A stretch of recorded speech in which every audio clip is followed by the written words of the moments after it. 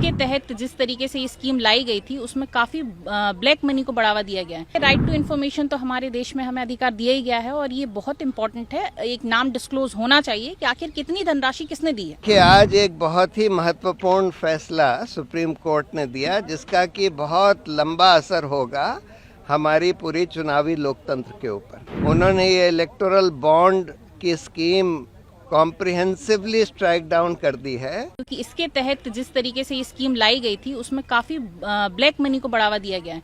एक ट्रांसपेरेंसी नहीं है इसमें, आप किसी का नाम डिस्क्लोज नहीं हो रहा। इसके पहले नाम डिस्क्लोज होता था और एक निश्चित 2000 रुपए से ज्यादा आप अगर नहीं दे सकते थे कैश में। अब इन्होंने कितने भी रुपए आप जो है बॉन्ड खरीदिए बैंक में जाके और पार्टी को डोनेट कर दीजिए।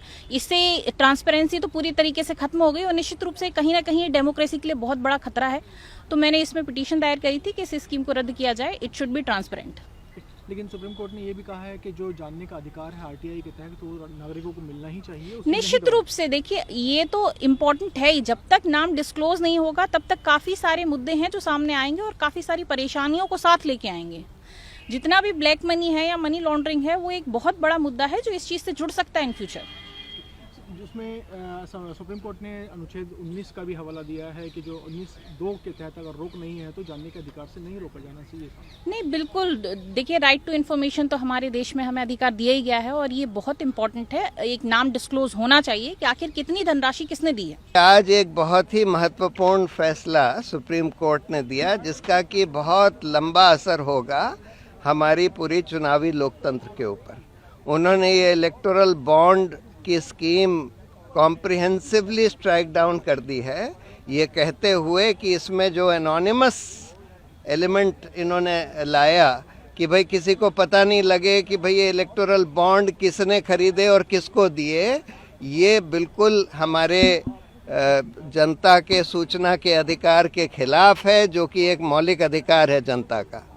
और साथ में उन्होंने तो ये जितने भी अमेंडमेंट्स आए थे कंपनीज एक्ट में, इनकम टैक्स एक्ट में, रिप्रेजेंटेशन ऑफ पीपल एक्ट में, सबको रद्द कर दिया है इलेक्टोरल बॉन्ड स्कीम को जो ला रहे थे। दूसरी बात उन्होंने ये भी बोला है कि ये जो अमेंडमेंट करा गया था कि कंपनीज जो हैं कितना भी पैसा पॉलिटिकल पार्टीज को दे सकती हैं। पहले जो रिस्ट्रिक्शन था कि अपना एनुअल प्रॉफिट से 7.5% से ज़्यादा नहीं दे सकती, वो भी रद्द कर दिया है कि ये हमारे इलेक्टोरल डेमोक्रेसी के खिलाफ है क्योंकि ये लेवल प्लेइंग फील्ड को हटाता है और बड़ी बड़ी कंपनियों को इलेक्शन इन्फ्लुएंस करने देता है।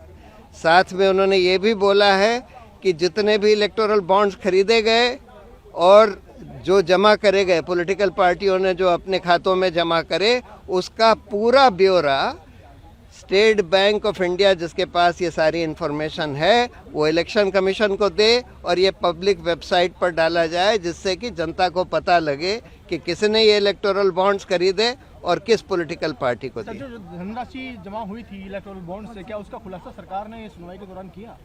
नहीं किया था ना। तो उन्होंने ये बोला था कि हम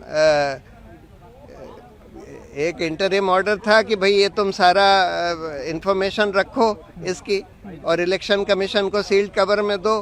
तो अब उन्होंने बोला है कि ये सारी इंफॉर्मेशन जो है जो अभी तक सील्ड कवर में थी वो सारी अब पब्लिक करी जाएगी और एक पब्लिक वेबसाइट पर डाली जाएगी।